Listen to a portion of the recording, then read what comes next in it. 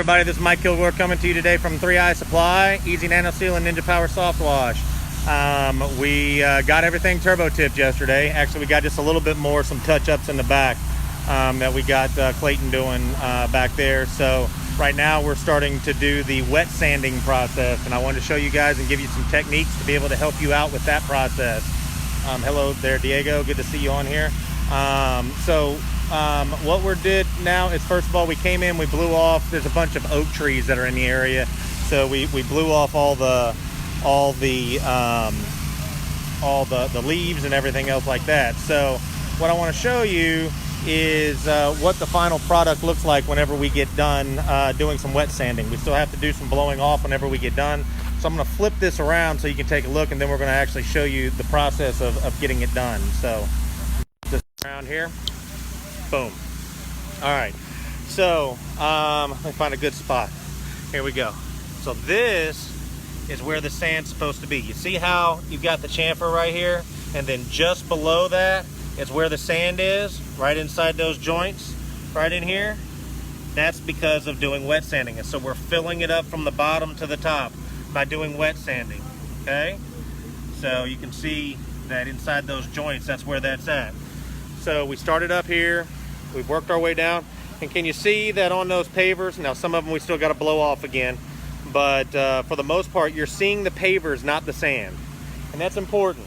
So as you can see over here, I don't know how well you can see, we got a lot of shadows that are on it, but you can see where you can see, if you're looking at it straight across, you're seeing the pavers, you're not seeing the sand. And if we get a little bit closer, you're going to see that that sand is right down here in the joints, okay? So let's go back here and let's go where we're at here. So first thing we've done is we put down a pile of sand. You see it all down here, and pushed it all out.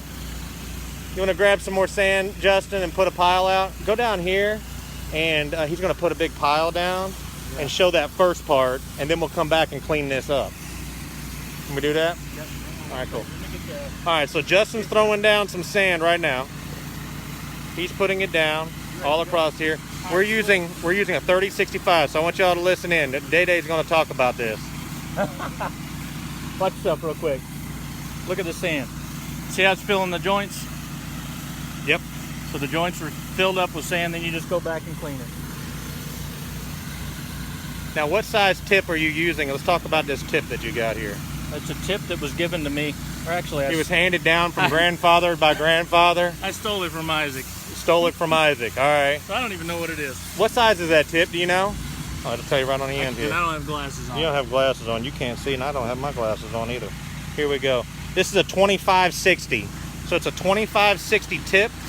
And basically what he's got it going on to is a quick connect right here, and then onto the ball valve right there. So you can shut the ball valve on. So you've got the connection. You've got a bushing that's right here that comes off of a male quick connect that's right there, and then goes right on to your male plug that's right there. So that allows you to be able to hold it all into your hand. So now what he's done is, since he's pushed it, I want to show the brooming. Can we show him how he's pulling? So what you're going to do is, you can also do this if you have two people. You can use a bigger pile, and you've got where you're creating a slurry, and then he's pulling that slurry along. See how he's pulling that slurry up? There we go. It helps just move those bigger pieces, and so it can move a little bit quicker when you have two people. So you got one person pulling the big amount, making sure that there's no holes, kind of filling it up, and then you've got the other person coming in and moving it across, and once he does, he starts doing that back and forth motion to making sure that you get both sides of those edges that are there. So you can see how it's all pulling in, right? Now we've done all of that, and where we are to right now in about 15-20 minutes. So in about another hour we should be done, right? Kind of like yesterday. See, I'm all about over-promise and under-deliver. Yep. Especially to your workers. Make sure you over-promise and under-deliver. That's how you get good help. I think yesterday I told him we were going to turbo tip this whole thing in what, 3 hours, 4 hours? 3 hours. I think at 4 or 5 o'clock last night we finally had to call it quits and drag ourselves out of here. So as you can see how he's moving it back and forth? Yeah, and we still got a guy turboing today. See how he's moving that along? And those sand joints, see them? They're perfect. Absolutely perfect. Right where you want them to be. Now at the end, In this case, you got to tell them that they're lower than normal. yeah, they're a little bit lower than normal, but because we also have these are a little bit lower than normal, but because we have that big fat joint right here, that makes it hard for us to be able to take a look at that. Yeah, you don't want it to, like you said, once you look across the pavers, you don't want it to look like a big polka dot of white sand here, there, and everywhere. So this helps. It also fills up the gap from the bottom. You also use less sand. So yes, we do dry sanding too. There's no doubt about that. But I wanted to give you guys a little bit of an experience on the wet sanding techniques. So having that, some guys, when you're first starting, one of the other keys too is making sure that stays out in front of you. Because a lot of guys will try to pound straight down and it just blows the sand right out of the joints. So we want to try to eliminate that by making sure that stays out in front of you. Here's Justin throwing down a little bit more.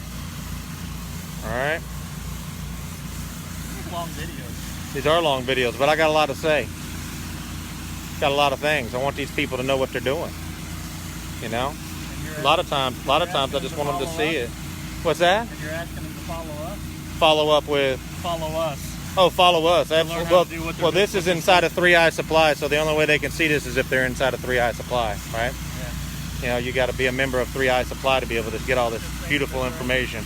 What's up, Landon? How you doing, buddy? Good to see you. So I'm going to tap out of here. You guys have basically the idea of where we're going from this. It's going to be frustrating at first. There is a learning curve that goes along with it.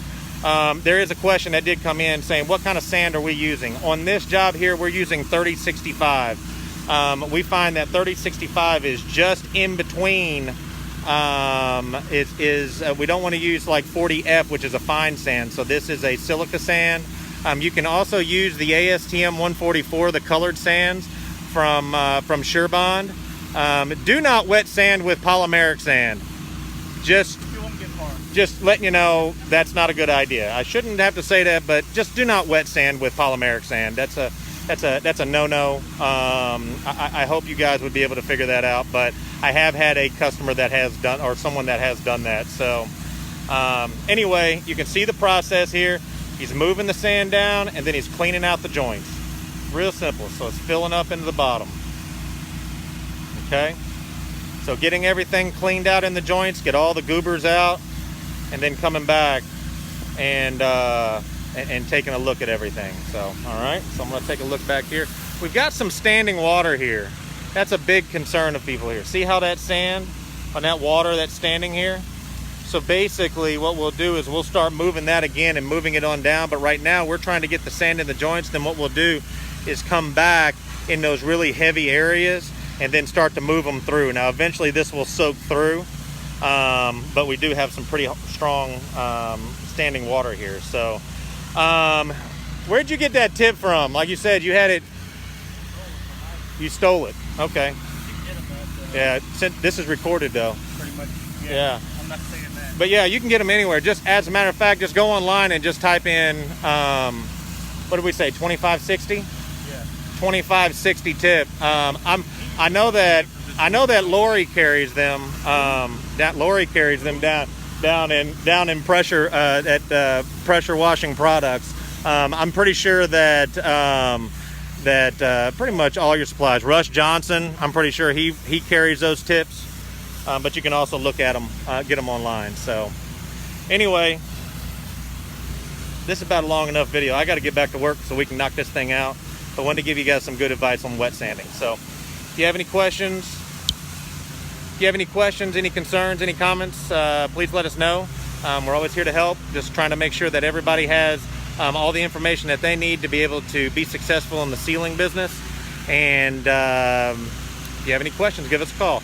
It's 727-388-4969. Also visit on the website www.3isupply.net. Again, this is Mike Kilgore, 3i Supply, Easy Nano Seal, Ninja Power Soft Wash, where we're always your second opinion. Talk to you soon. Bye-bye.